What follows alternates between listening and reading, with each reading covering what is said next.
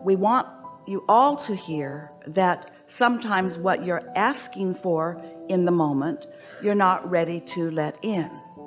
So what you get back is the letting in process rather than what you're asking for.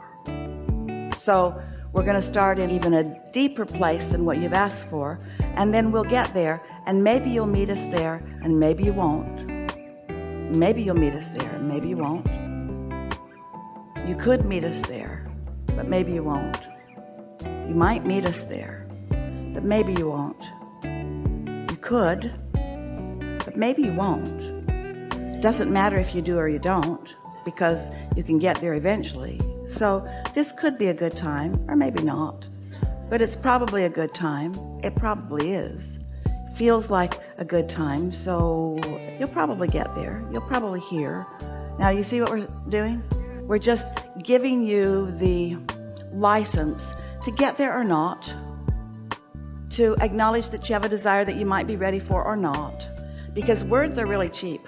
A lot of people offer lip service, but we're not wanting to just give you words. We're wanting you to find resonance with who you really are. That's what you're reaching for. You're not asking for our words. You're asking for an inspiration to your resonance. Well, your resonance is about what you're doing. And so sometimes if people go too far, too fast, then it's just more words. So the universe doesn't work that way, because the universe knows where you are and what's best for you to hear. So here we'll give our best answer for what you are asking for. We're going to speak back and forth from your perspective and ours, and you'll know which we're doing. So we'll start first with you. I've been around for a while, and I have come to the realization that there is so much potential for me, potential for alignment, and therefore potential for all other things, because alignment leads to all other wonderful things. It's come to my attention that there's potential for my alignment, that I'm not quite reaching my full potential. I've been practicing thoughts, I guess a lot of people do. I've been practicing thoughts that haven't really let me understand who I am, how I have purpose, how I have value.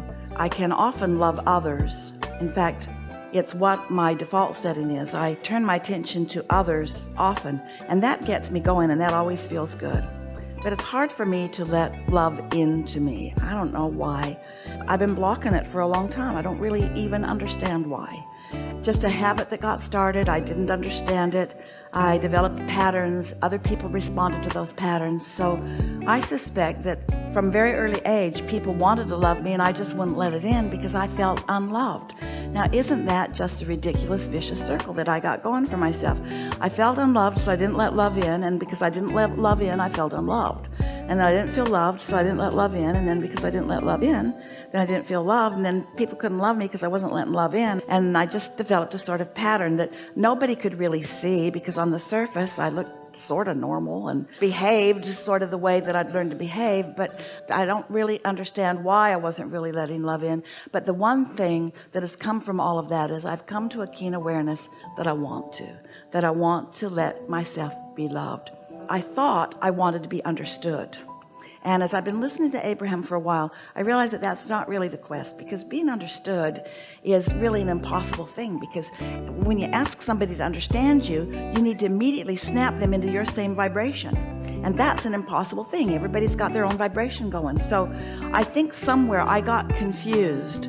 The desire for love, I think I got it confused with the desire to be understood. And I also think that I got confused about where the love was coming from. I think I thought the love would come from other people who didn't understand me, instead of from source, who always does. So there's two things I kind of got out of kilter. I got confused about being loved and being understood, and I looked for people that couldn't really understand me to be the reason that I felt love. I realize now how screwy that whole thing was and why it didn't work. And I'm relieved that I'm not failing at something that should work, because it couldn't work. So I'm sort of feeling some relief that I was looking for love in all the wrong places and getting mixed up about whether I was really wanting love from them or understanding from them, which really is not possible. So I also understand that when I'm in a sort of bad place and I want someone to love me or understand me, that they've got to go to the same bad place I am to understand me. Those two things don't go together. I want them to love me and understand me, but they can't understand me unless they get on my vibe. And if they're on my vibe, my not good feeling vibe, then they can't love me. No wonder it didn't work. Looking for love in all the wrong places. Is this making any sense to any of you? Relating a little bit even? So now I've kind of got that squared away. Now I realize that as lovely as people are, and as much as I love so many of them, and as much as I love being in this body and here in this world and on this leading edge, that I want to express love to them, but mostly I want to connect with love. Because if I don't let myself be loved, if I don't let this vessel that is me open to love, then I can't really love anybody else, not in a way that's meaningful to them. So a lot of us are just running around a little bit broken. We're not letting love in, but we're trying to let love out. So we're not going back to the well of replenishment. We're just loving and serving and trying to be of value and getting depleted and getting exhausted and getting overwhelmed because we're not letting it in. It's like never breathing air in and always breathing it out. You can't get too far with that. Pretty soon you got to start breathing it in, or you have nothing to breathe out. And so now I'm more clear about all of this. So I'm no longer wanting to look to others for that replenishment, although sometimes you can find it. Sometimes somebody's all tuned in, tapped in, turned on, and they got it going and blowing. And when they hold me as their object of attention, I can feel it. And I do like that, but I don't want to depend on somebody else's connection for that, because they've got stuff they're doing too. And I don't need anybody else's connection. I've got my own straight line to it. I've got my own vortex. I've got my own valve that I can open wide to it. And often I do. Sometimes I do. Sometimes I do it more easily than not. It sort of depends on the momentum that got going. But more and more, I accept these things. I know that source exists. And I know that my inner being is a big part of that collective consciousness of source. And that my inner being is, in an undivided way, focused upon me. And knowing everything about me and loving me anyway. That my inner being is loving my becoming and is never holding me responsible for what I've come to, because I'm eternal. I'm never going to get done. And there's always going to be within me a gap between what life has caused me to reach for and what I've allowed myself to catch up with. And I've been beating up on myself so long about that gap, because I reach for more and then I don't go, and then I feel bad about the gap, but my inner being never does that. And I'm just figuring this out. The very reason that I don't feel love, or that I feel unloved, is because my inner being is there and I haven't joined my inner being. In other words, the negative emotion that I feel, that I've been calling people not loving me, or my inner being not loving me, or me not letting love in, has only been because I have reached and have not caught up with what I've reached for. And so the very fact that I can feel negative emotion, which feels not love, is my proof that the love exists. Because if that love didn't exist and it wasn't pointed right at me, I couldn't feel this discord from not letting it in. Whew. So the very unlovedness I feel is proof of the love that is there. Ooh, I really like that. Me too.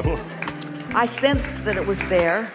I had glimpses that it was there. It showed it to me from time to time when I was in the right place. I let it in from time to time, and I'm getting better and better at letting it in. I know that my inner being loves me, and I'm in the mood right now to hear some from my inner being. I'd like my inner being to explain to me a little bit what their perspective of me is. I'd like to know how my inner being sees me, and I'm in a better place now than I was at the beginning of this conversation. So I have a better chance of letting more of it in than I was at the beginning of this conversation. So I'll just listen for a minute and I'll hear what my inner being has to say about me. We feel so much love and appreciation for your willingness to be in this body. It's a good body. We have so much appreciation for you to be willing to play your role in our co-creation, because you've got the hard part. You're out here on the leading, bleeding edge, where you're exposed to conditions that you take in and sometimes you take to heart. And you knew when you made the decision to do it that you'd see some things that you didn't want to see, but you knew it was worth it because you knew out of seeing what you didn't want that you would be able to, in the unique way that is you would be able to come to conclusions about improvements, not just for you, but for the people you love and for the world that you love. You knew that these ideas would burst out of you, and you knew that when they did, that there'd be a gap, because you knew that the very contrast that provided you the launching of the rocket was going to hold you in contradiction to the new rocket for a while. But you knew that we would keep our promise to you. That's why you weren't surprised to meet up with us. You knew that we would keep our promise and that we would not take our eyes off of your goals, of your objectives. And you knew that that's how it worked. But somehow you did a little tricky twist on yourself, because you've decided to beat up on yourself for not always easily going right along.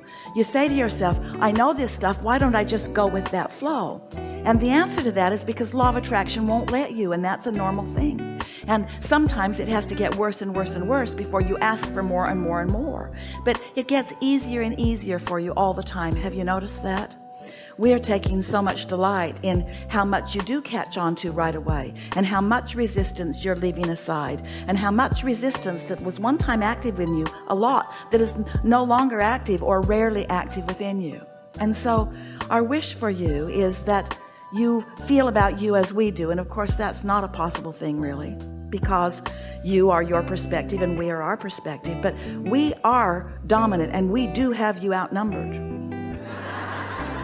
We really do know who you are, and at moments when you are in lesser resistance, you get more and more sweeping feelings of who you are. So that feeling of resonance that we were talking about, you're feeling more of the time, and when it comes, you know it. And now what we're really hearing from you is not that you don't know, and not that you aren't often in complete alignment with it, but that the sublime of the alignment is so sublime that you can't bear it when you're not. Well, you've just got to suck it up.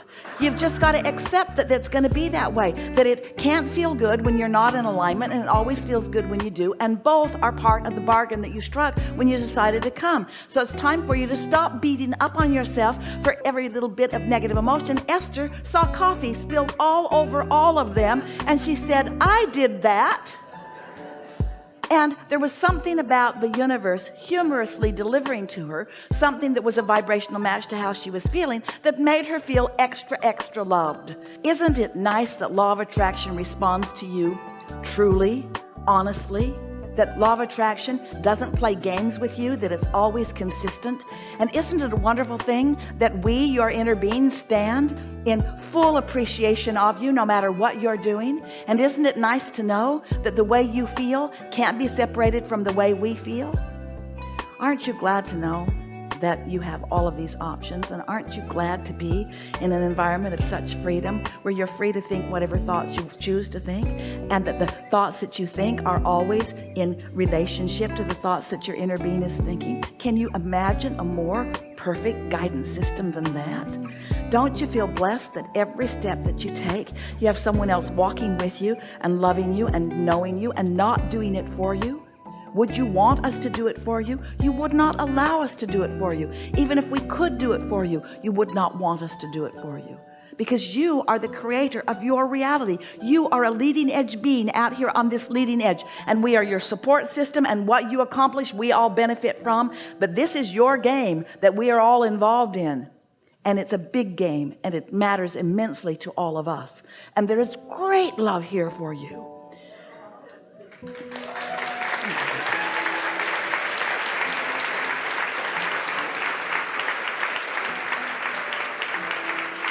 So the best thing that you took from all of this is that when I feel bad, I'm extra loved. Right. That's what that means. Source must be really loving me, because I'm really hurting as I block it off. And I don't have to block it off. I'm just choosing to, because I have some stupid thing that I've been thinking about that's causing me to feel sorry for myself again. I've chosen the victim role again. I'm feeling vulnerable again. And my inner being isn't having any of it, because if my inner being were in agreement, I'd feel great. But my inner being isn't having any of it. And so